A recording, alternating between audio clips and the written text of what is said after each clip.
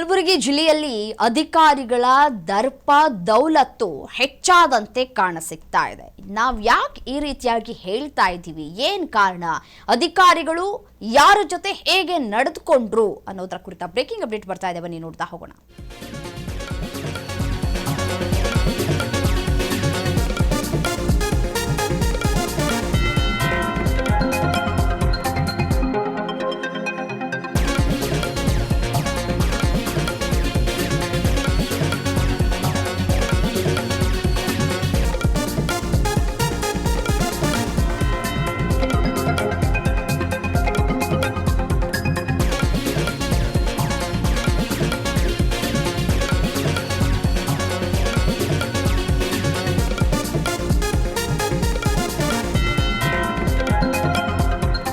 ಕಲಬುರಗಿ ಜಿಲ್ಲೆಯಲ್ಲಿ ಅಧಿಕಾರಿಗಳು ತಮ್ಮ ದರ್ಪ ದೌಲತ್ತನ್ನ ತೋರಿಸಿದ್ದಾರೆ.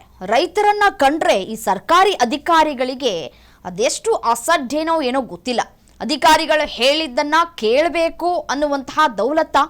ಜನಸಾಮಾನ್ಯರು ರೈತರು ಅಂತ ಕಂಡ್ರೆ ಅಧಿಕಾರಿಗಳಿಗೆ ಅಲರ್ಜಿ ಅಂತ ಕಾಣಿಸುತ್ತೆ. ರೈತರು ಓದು ಬರಹ ತಿಳಿಯದವರು ಅನ್ನುವಂತಹ ಮೊಂಡುತನನ ಸೌಜನ್ಯಕ್ಕಾದ್ರೂ ಅನ್ನದಾತರಿಗೆ ಗೌರವವನ್ನ ಕೊಡೋದನ್ನ ಕಲೀರಿ ಅಂತ ಹೇಳಿ ನಾವು ಬುದ್ಧಿವಾದ ಹೇಳುವಷ್ಟರ ಮಟ್ಟಿಗೆ ಬುದ್ಧಿ ಇಲ್ಲದ ರೀತಿಯಾಗಿ ಅಧಿಕಾರಿಗಳು ನಡೆದುಕೊಳ್ತಾ ಇದ್ದಾರೆ. ನೋಡಿ, ಅಧಿಕಾರಿಗಳೆಲ್ಲರೂ ಕೂಡ ಚೇರ್ ಮೇಲೆ ಹಾಯಾಗಿ ಕೂತಿದ್ದಾರೆ. ಪಾಪ ನಮ್ಮ ರೈತರು ಬೆಳೆಯನ್ನ ಬೆಳಿತಾರೆ, ಕಷ್ಟಪಟ್ಟು ಹಗಲಿರುಳು ಅಂತ ಹೇಳಿ ದುಡಿತಾರೆ. ಬಿಸಿಲು ಅನ್ನೋದು ಕೂಡ ಅವರ ಅರಿವಿಗೆ ಬರೋದಿಲ್ಲ, ಮಳೆ ಅನ್ನೋದು ಕೂಡ ಅವರ ಅರಿವಿಗೆ ಇರೋದಿಲ್ಲ. ಅನ್ನದಾತ ಕಷ್ಟಪಟ್ಟು ದುಡಿದೆ ಹೋದರೆ ನಾವೆಲ್ಲರೂ ಮಣ್ಣು ತಿನ್ನಬೇಕಾಗತ್ತೆ. ಅಂತಹ ಅನ್ನದಾತನಿಗೆ ಕೊಡ್ತಾ ಇರುವಂತಹ ಮರ್ಯಾದೆ ನೋಡ್ರಿ, ಅಧಿಕಾರಿಗಳ ದರ್ಪ ದೌಲತ್ ನೋಡಿ. ದೃಶ್ಯದಲ್ಲಿ ಅಧಿಕಾರಿಗಳು ಆರಾಮಾಗಿ ಚೇರ್ ಮೇಲೆ ಕೂತಿದ್ದಾರೆ, ಬಟ್ ಆದರೆ ರೈತರನ್ನ ನೆಲದ ಮೇಲೆ ಕೂರಿಸಿದ್ದಾರೆ. ಯಾಕೆ ಅಂತ ಹೇಳಿ, ಇಷ್ಟೊಂದು ದೌಲತ್ ಯಾಕೆ? ದೇಶದ ಬೆನ್ನೆಲುಬು ಅಂತ ಹೇಳ್ಕೊಳ್ಳುವಂತಹ ನಿಮ್ಮಂತಹ ಅಧಿಕಾರಿಗಳು ಅದಕ್ಕೆ ಕಿಂಚಿತ್ತಾದರೂ ಬೆಲೆ ಕೊಡಬೇಕು ಅನ್ನುವಂತಹ ಮಿನಿಮಮ್ ಕಾಮನ್ ಸೆನ್ಸ್ ಇದ್ದಂತೆ ಕಾಣಸಿಗ್ತಾ ಇಲ್ಲ. ಮತ್ತಷ್ಟು ಅಪ್ಡೇಟ್ಸ್ ಬರ್ತಾ ಇದೆ ಈ ವಿಚಾರಕ್ಕೆ ಸಂಬಂಧಪಟ್ಟಂತೆ, ನೋಡ್ತಾ ಹೋಗೋಣ. ಕಲಬುರಗಿಯಲ್ಲಿ ರಾಜ್ಯದ ಅನ್ನದಾತರಿಗೆ ಅವಮಾನವನ್ನ ಮಾಡಲಾಗಿದೆ.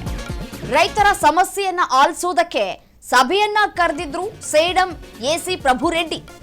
ರೈತರನ್ನ ನೆಲದ ಮೇಲೆ ಕೂರಿಸಿದ್ದಾರೆ ಅಧಿಕಾರಿಗಳು, ಕೂರಿಸಿ ಮೀಟಿಂಗ್ ಮಾಡಿದ್ದಾರೆ.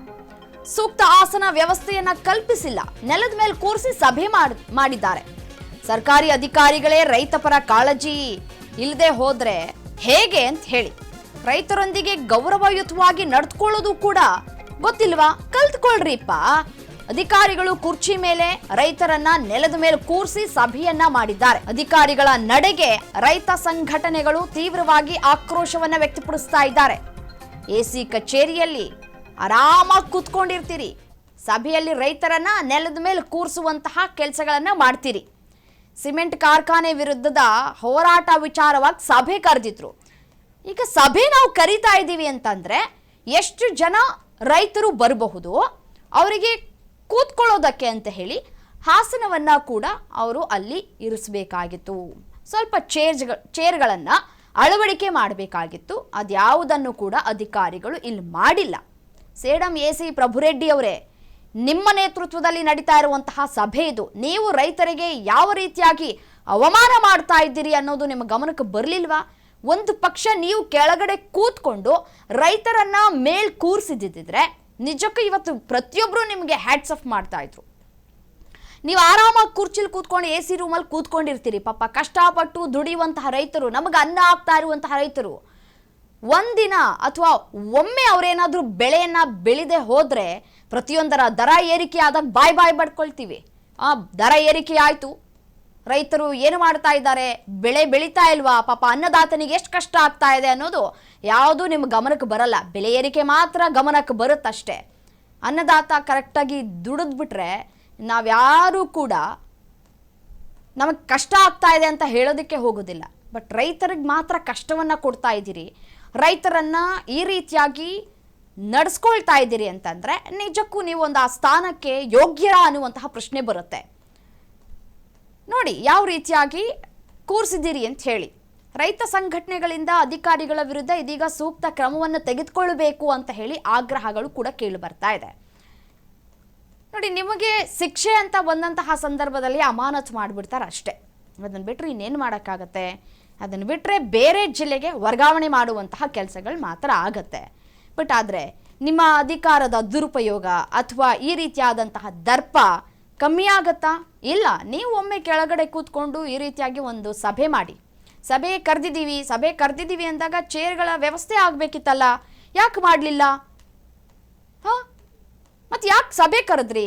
ನಮಗೆ ಯೋಗ್ಯತೆ ಇಲ್ಲ, ನಮಗೆ ಚೇರ್ಗಳನ್ನು ಹಾಕುವಂತಹ ಒಂದು ಮನಸ್ಥಿತಿ ಇಲ್ಲ, ಸಭೆ ಇನ್ಯಾವತ್ತಾದರೂ ನಡೆಸೋಣ ಅಂತ ಹೇಳಿ ತೀರ್ಮಾನ ತೆಗೆದುಕೊಂಡ್ರ? ಇಲ್ಲ. ಬಂದಷ್ಟು ಜನ ಬರಲಿ ನೋಡ್ಕೊಳ್ಳೋಣ ಅಂತ ಹೇಳಿ ನಿಮಗೆ ಬೇಕಾಗಿರುವಂತಹ ಅಧಿಕಾರಿಗಳನ್ನು ಚೇರ್ ಮೇಲೆ ಕುಳ್ಳಿರಿಸಿ ಮಿಕ್ಕಿದವರೆಲ್ಲರೂ ಕೂಡ ಕೆಳಗೆ ಕೂರಿಸಿದಿರಿ, ಅವಮಾನ ಮಾಡಿದ್ದೀರಿ. ನಿಮ್ಮ ಮನಸ್ಸಿಗೆ ನೀವೇ ಕೇಳ್ಕೊಳ್ಳಿ, ನಾನು ಮಾಡಿದ್ದು ಸರಿನಾ ಅಂತ ಹೇಳಿ. ಸರಿ ಅಂತಂದರೆ ನಿಮ್ಮ ಅದು ಅಯೋಗ್ಯತನ ಅಂತ ಹೇಳಕ್ಕೆ ಬಯಸ್ತೀವಿ.